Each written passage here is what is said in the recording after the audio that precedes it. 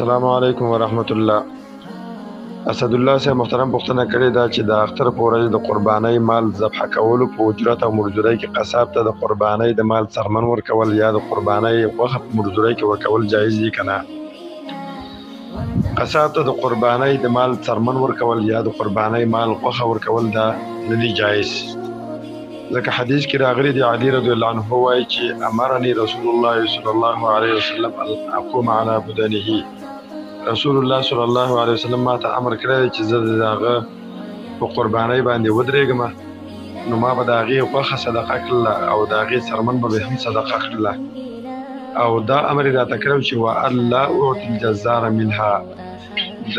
دغې قربانۍ د غوښې او څرمنې نه به قصاب ته څه شی نه ورکوم.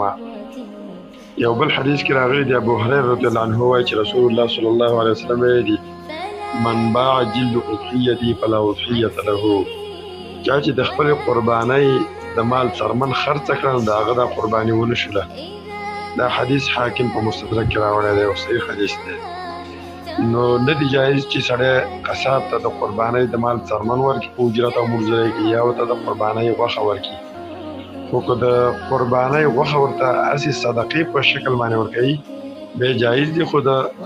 قصابۍ اجرت او مزدوري به ورته نوره جدا ورکوي،